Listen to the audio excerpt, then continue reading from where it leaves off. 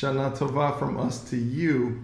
We wanted to come and speak with you before Rosh Hashanah and kind of just share some things and talk with you and be real as we're preparing for Rosh Hashanah. So I'm joined by my wife Kamala, whom you, I hope, are acquainted with. And Cam, I'm just wondering, what has been the worst thing for you during this pandemic? Start with the negative? Yeah, let's start with the negative. What has been the worst thing? And don't say spending more time with me. Well, no, that's not the worst thing. The worst thing has probably been not being able to see friends and family freely and having that restriction that I sort of took for granted before.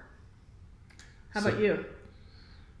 For me, it's I miss not only seeing people freely, but I miss the physical contact with people. I miss hugs. I also miss just having meals with people, inviting people over and going to other places. And it feels like we're part of a sitcom. It's just the same scenery, same backdrop over and over again. Every day, every night. But what has been the best part of this? Also that being together every day, every night, and being with our kids a lot. I don't mind being home. I really like being home. It's somewhere that I'm most comfortable. And so being here more than usual has actually been comfortable for me. It's been more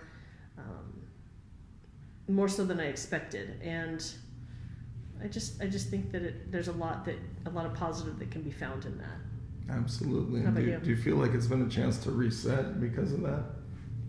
I suppose so, but the reset, I think if we knew when the end was to this, it would be easier for me to think in terms of reset.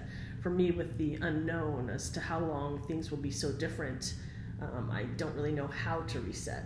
Does that make sense? Yeah. But I feel somehow that there is a reset, that like people have gone back to basics and really reminded themselves, what's important to them. That's true.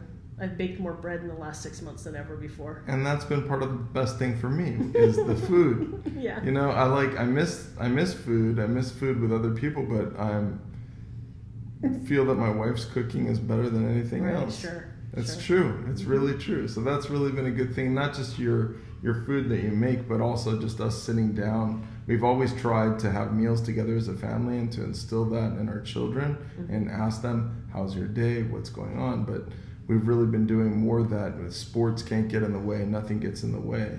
It makes it easier. That's true. And it's nice to have that continuity for us and for the kids. What's been most surprising for you?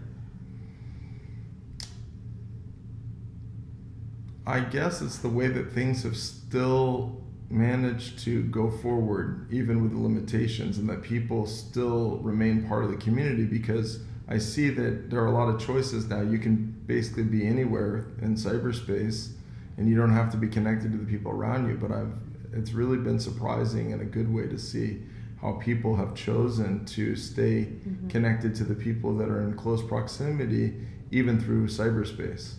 I was surprised by that too, actually. I thought that being online for services, davening and everything would be not enough for people. And I know it's not really enough, but it's what we can do right now. And I've been pleasantly surprised with how consistently people, how consistent they've been with showing up and being a part of that with you. You've probably been working more now than you have in the last 10 years easily.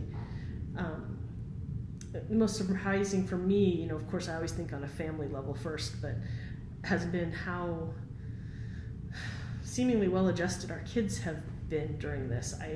That's been my main focus, is trying to make sure that they're okay and they have what they need, and that they're fed well and they get proper rest and they have interaction with us and each other, and whether it's Zooming with grandparents or friends or whatever they can do to maintain some sanity during this time, because that's hard. And we have teenagers and a preteen, and taking away their social life essentially for the last 6 months has been a real shock. But they have adapted amazingly well. They really have. And also, you're talking about how I have been working more, but it's interesting to have that working take place more in the home, and to have our kids be a part in noticing things and want to be even a part of the davening sometimes, and that the shofar gets sounded even when class is going on, that they hear the shofar in the morning. Right, during their Zoom classes. Yeah, or that Solomon wants to be a part of the minyan and like wants to see what Nana and Papa are doing. And how my parents have gotten to join us from afar, even though they're up in the Phoenix area. And my mom too, never would have imagined she'd be on Zoom, but.